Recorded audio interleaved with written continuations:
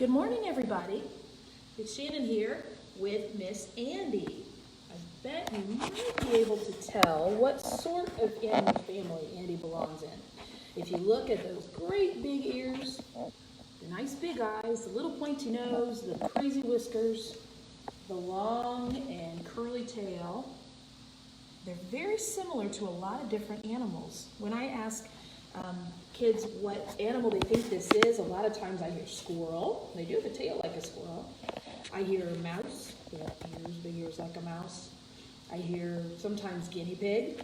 They have that nose like a guinea pig. They all are rodents, and so this animal goes right in with that. This is a chinchilla. This is Andy, and she is a 9 and almost 10-year-old chinchilla. In August, she will be 10. She came to live here when she was just about 3 months old. She's been in education programs ever since, so she's a long-term worker here at the zoo, co-worker of mine. She's a fantastic kid. This is the natural color of a chinchilla. Their native habitat is in the Andes Mountains in South America, all along the west coast of South America. It's a very large, high mountain range called the Andes. Lots of cool animals live there. And chinchillas are one of those that have lived there, that's their native land. And so they are from high elevations.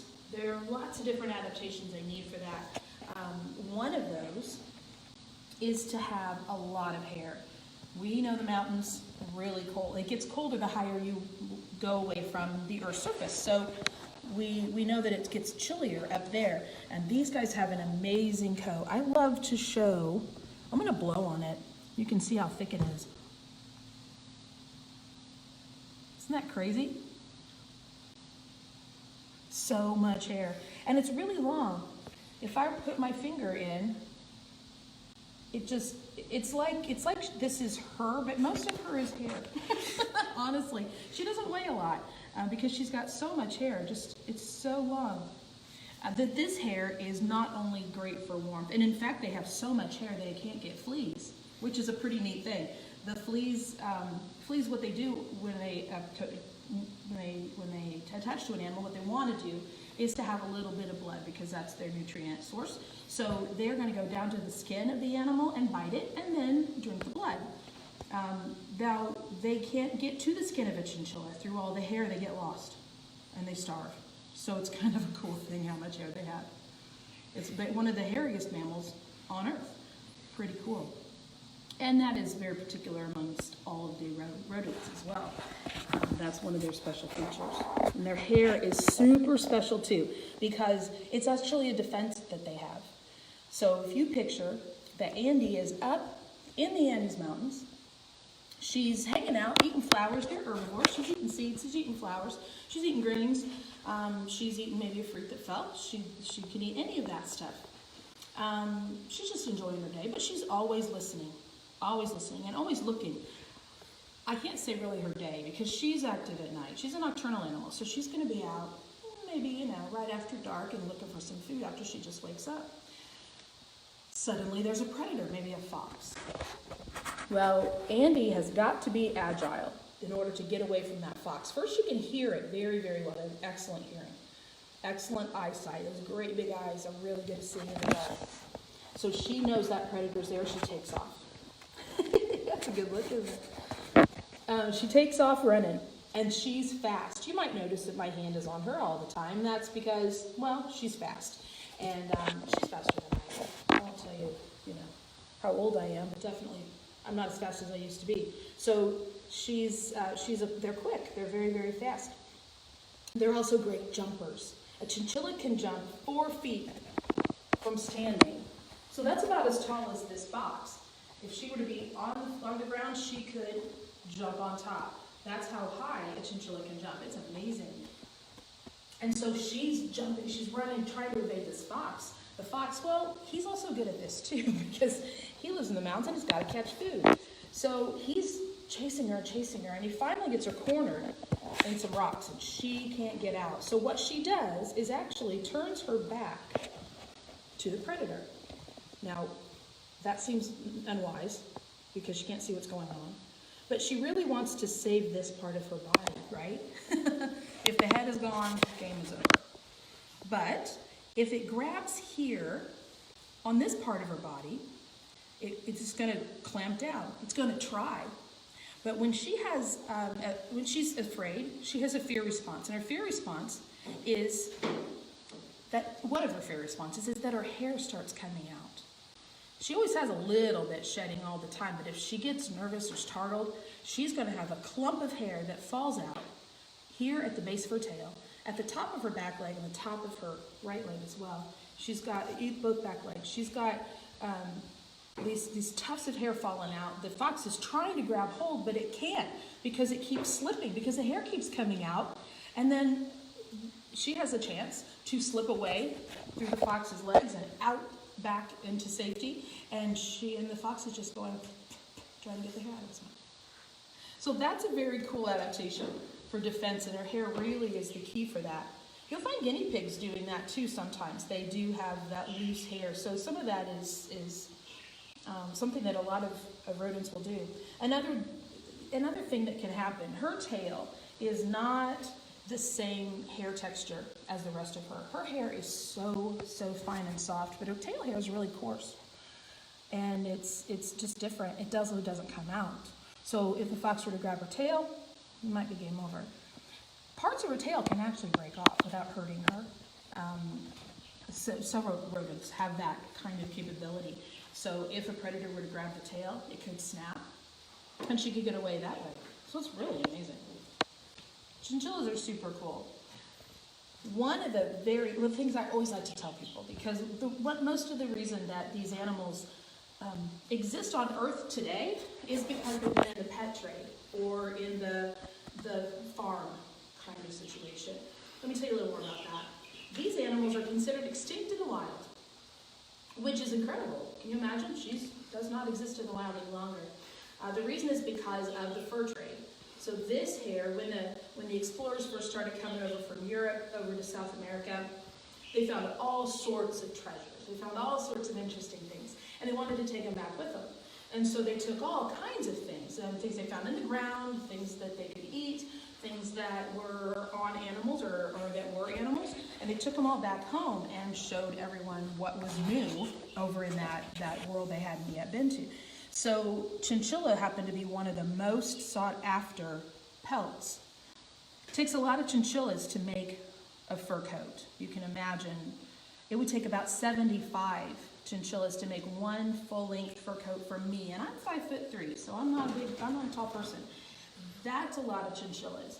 Now chinchillas are naturally social animals. They're gregarious, so they'll hang out in groups.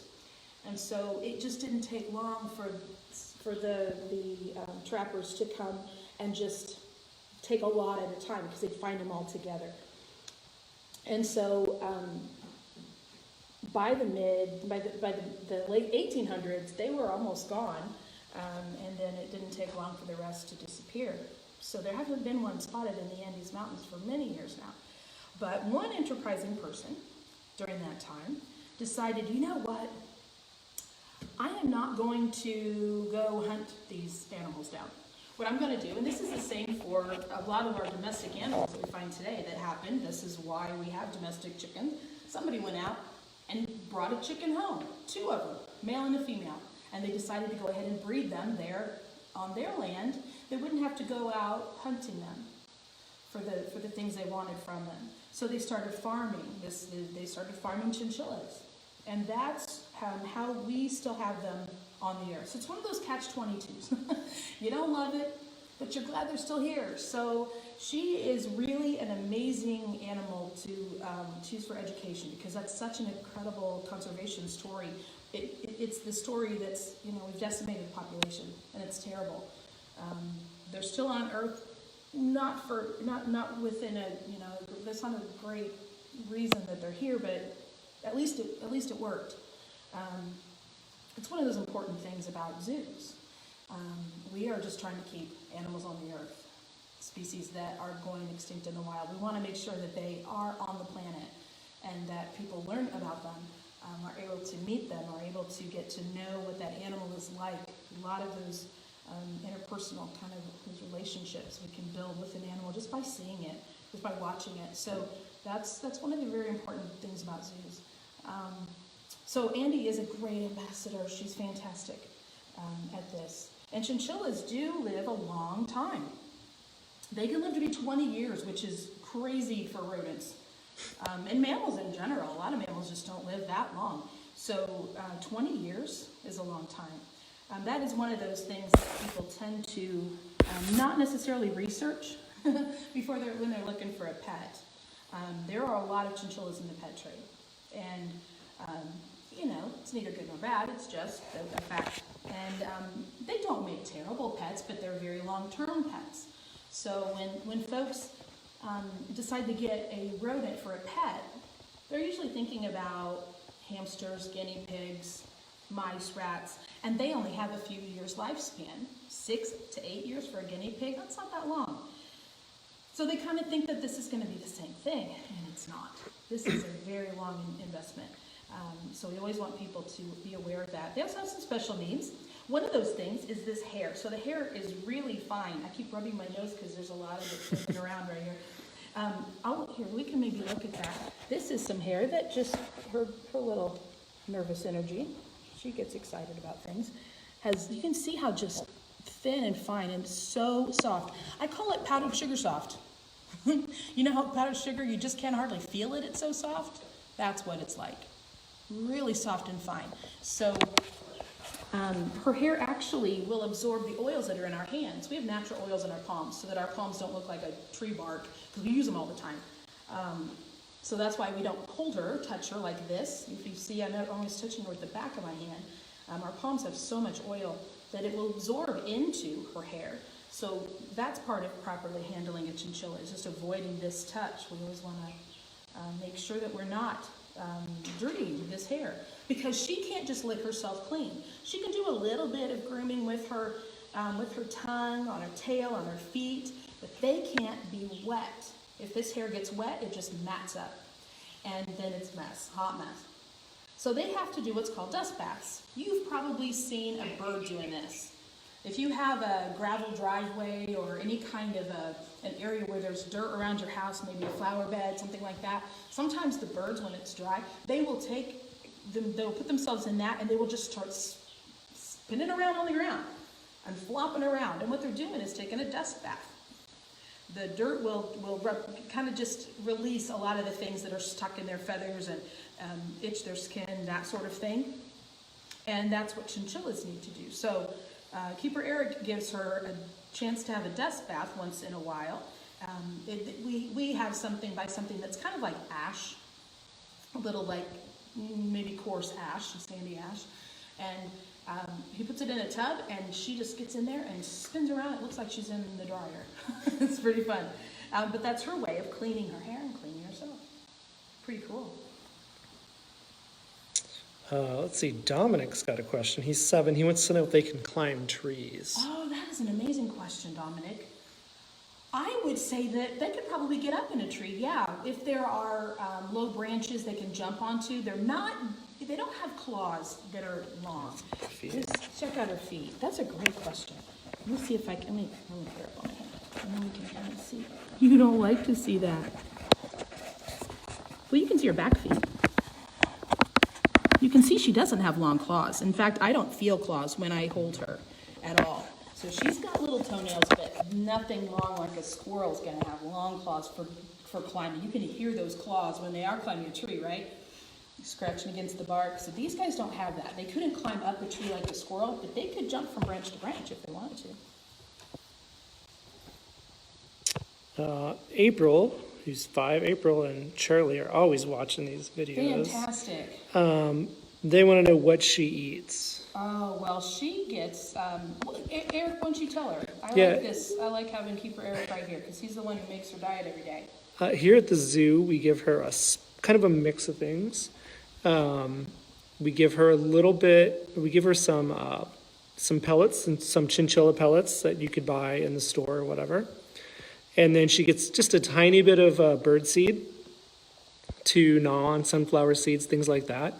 Those are really high in like fats and oils, so you don't want to give them a whole lot.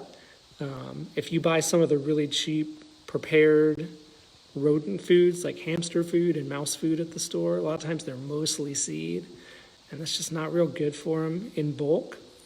And then we give her a couple raisins to chew on. And then she always has a little bit of hay as well, because that's one of the things they'd be eating in the wild is grasses and things like that. So it's kind of a varied diet, different things for her teeth to wear down on, and different things to get nutrients out of. Just a little bit of sugar for a treat. Cool. I've tried giving her treats. We've had chinchillas in the past who have liked to have a fruit treat, maybe a grape from time to time. Andy really just doesn't like that. She never eats those. And I always am disappointed because I think she'll like it if she tries it. But she just doesn't want it, which is okay. Whatever she'd like is what she should have. You know, a question I get a lot is, what's up with the whiskers? They're moving all the time. And the reason that they move all the time is that she's nosy. That's really it. They want to know what's going on around them. And whiskers are a really great sensory tool. So just like our ears and eyes and nose and tongue and skin help us with our senses, those whiskers are an extra added bonus. They are a form of hair, but they have extra receptors in them that help her to sense things. You can see how she's just spread them out. She had them really nice and tight, not a lot going on. All of a sudden, something caught her attention, and she wanted to know about it. So they spread out so they can catch more sound waves. They help her to sense where things are. You can see how long they are, and they stretch way out past her body, the edge of her body. That's because when she's running in the dark through all the rocks and things and trees and things she's going to encounter in the mountain environment, she's got to give herself a wide berth. So when she's running, she's going to stick those out and make sure that she doesn't run into anything, and her body doesn't scrape along the sides of something. And those whiskers really are amazing at telling her exactly what's going on in her environment. That's why she wiggles them all the time. Got to catch more waves. Let's see, Earl just tuned in, and he missed the beginning. He's wondering if this is a bunny, because it looks kind of like a bunny. What a good question. Yeah, this does look a lot like a bunny. She's in fact a chinchilla. So chinchillas are South American rodents. They're from the mountains, the Andes Mountains in South America.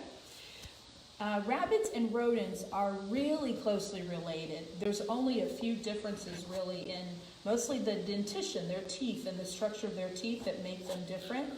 There's some other skeletal things, but that's the main difference. Rabbits are in a group called lagomorphs, and then there's chinchillas who are in the group called rodents. So there's just a little bit of difference. If you put them side by side, though, you'd see a lot of similarities. Right. Pam is wondering if the eyes change in the light like a cat's eyes do. I think she must do the pupils contract and stuff. Gotcha. You know what? I have no idea because I can't really see her pupils. Yeah, hers are They're so dark. Her iris is very dark. I mean, I would imagine it's a fairly common trait in mammals. You can kind of see that pupil in there through the camera. It's the rest of the eyes just so dark, but and shiny. But when their eyes change, what that's doing is when the pupil contracts, it's trying to keep the light out, like in the bright sunshine. So you can notice that in your eyes too. When you walk out on a sunny day from a dark building, you can watch your pupils contract. And then when you go back where it's dark, you'll see them get big again. So I think pretty much all eyes do that, but we notice it most when a cat's sitting in the sun, or cat's eyes are their pupils are kind of like ovals, or like flattened ovals. But then like a goat's pupil is like a square or a rectangle. Yeah. Mm-hmm. So everybody's kind of A different. little different. So it depends on the color of the iris, how much you can see of that. So it's hard to see on hers. Right. Axel wanted to know if they have super soft fur. Oh my goodness. You cannot even believe how soft. It's almost that you can't even feel it. It's so soft. Think about the very softest. One thing that I've been happy about in the course of my zoo career, which has been 25 plus years now, I've been working with chinchillas that whole time. And when I first started 25 years ago, there were no synthetic fabrics, fake fabrics that felt like this. Nothing was this soft. So you could imagine people, well, they want that fur coat, they want that fur that feels so soft, and it wasn't replicated. It wasn't something you could go to the store and buy a blanket that felt that soft or a coat that felt that soft. And that was sad, but it wasn't worth having a chinchilla coat over either. It just was one of those things. Now, there's really no reason to ever have a chinchilla coat because they do make things that are this soft. So I have a blanket at my house, one of those super, uber soft blankets, and a pair of slippers. I put my feet in them, you know you guys know what I'm talking about, right? When we walk by that comfy clothes part of the store and you just have to touch everything, that's what it feels like. It's so soft on your skin. And so it's amazingly soft. Now, tail hair is not soft. It feels more like, it's not quite as rough as a horse's tail, but it's really coarse. It's not so soft. It just does its job. That's a good thing. But I call this as soft as powdered sugar. So if you have powdered sugar at your house, ask your mom and see if it's okay if you put a little bit in a dish and then just touch that and put it between your fingers, see how soft that is. And that's how soft a chinchilla is. Let's see. Earl and Kendra have kind of a similar question. Earl says, is it nicer than a bunny or is it kind of wild? And then Kendra wants to know if they make good pets. Okay.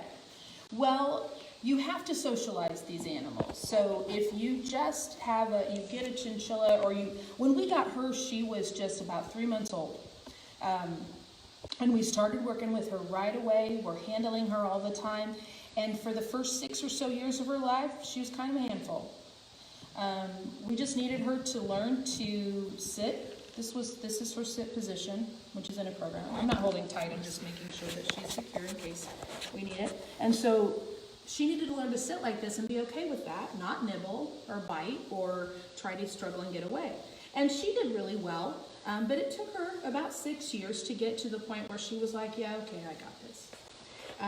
And that's the case with any animal. You really have to work to socialize it. But chinchillas are very high-strung animals. Super want to move all the time.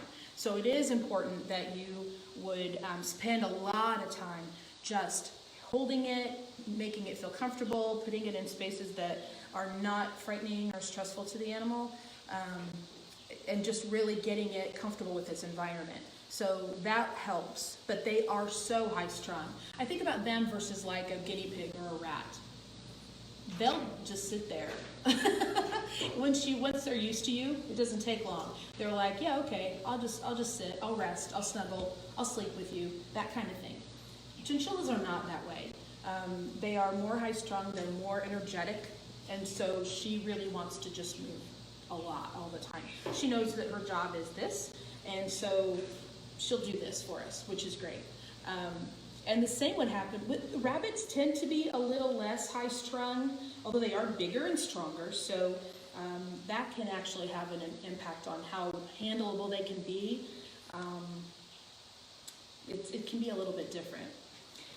If you have read, I always tell everybody, you need to read 3 books about any animal that you might consider having in your home as a pet.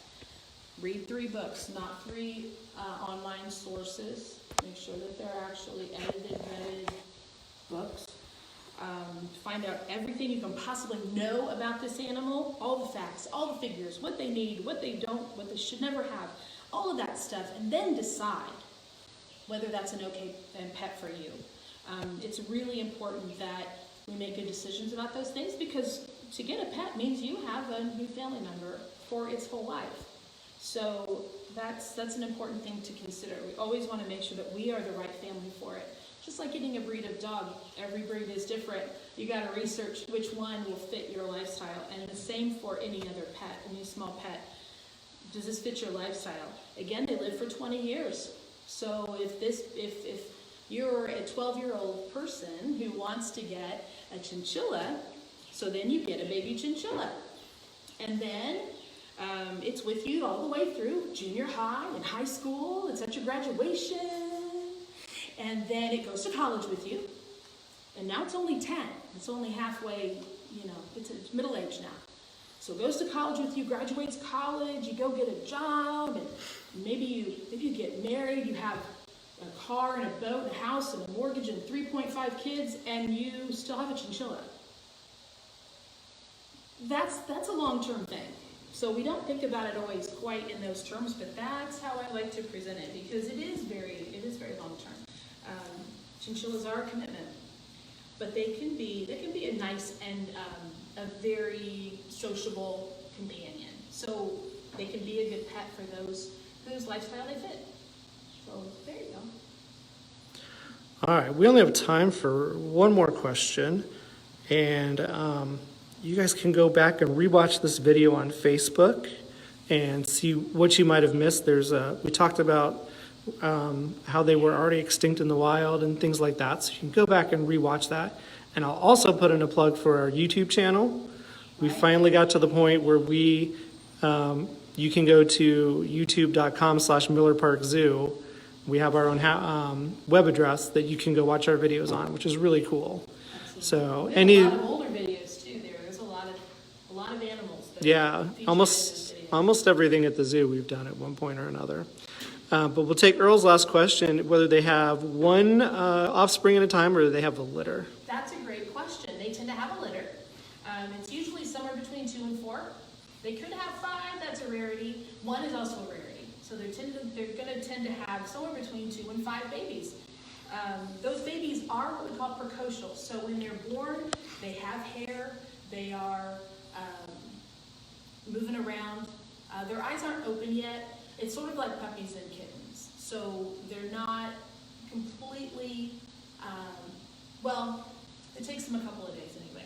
So it's a lot like a guinea pig. A guinea pig, when they have babies, those babies look a lot just like the adults. They just got to get bigger. And they tend to move. They can move around. They can see after just a couple of days, and so they're precocial, which is neat. Yeah. Excellent. As opposed to a mouse or a rat, That's which right. is just a little. Altricial. They are just these little hairless. There are no vision and no hearing, and they just and wait for you to do something for them. So yeah, it's pretty cool to see those chinchillas as they grow up. I'm glad you guys had so many questions. That's wonderful. Hey, you want to give them a quick sneak peek before we leave? We have a super great new program animal that we're training right now. Remember I told you Andy came in when she was just a little thing. Well, he or she, we don't know yet, is just a little thing. This is hopefully our new education chicken. Some of you guys remember Chicken Patty, and we lost her unfortunately last year, but this new chicken is being really great. That's Macy. Hey Macy. Hello. And life is trucking at the zoo. We are still working. We are trying to catch up a little bit and keep up. We're starting our virtual classes today, so we're excited. If you guys want to get involved with the zoo, we have a couple classes coming up this month that we're doing. Jeepers Keepers in a couple weeks for kids 7 and up. We have sessions for all that. Those are virtual classes, and then we're going to be getting into some. He's working on balance. We're going to be getting into some live classes starting July, so we hope that we will be seeing you. He likes to perch on hands. He's all about it. Well, thanks everybody for joining us. It was great to see you this morning. See you next week.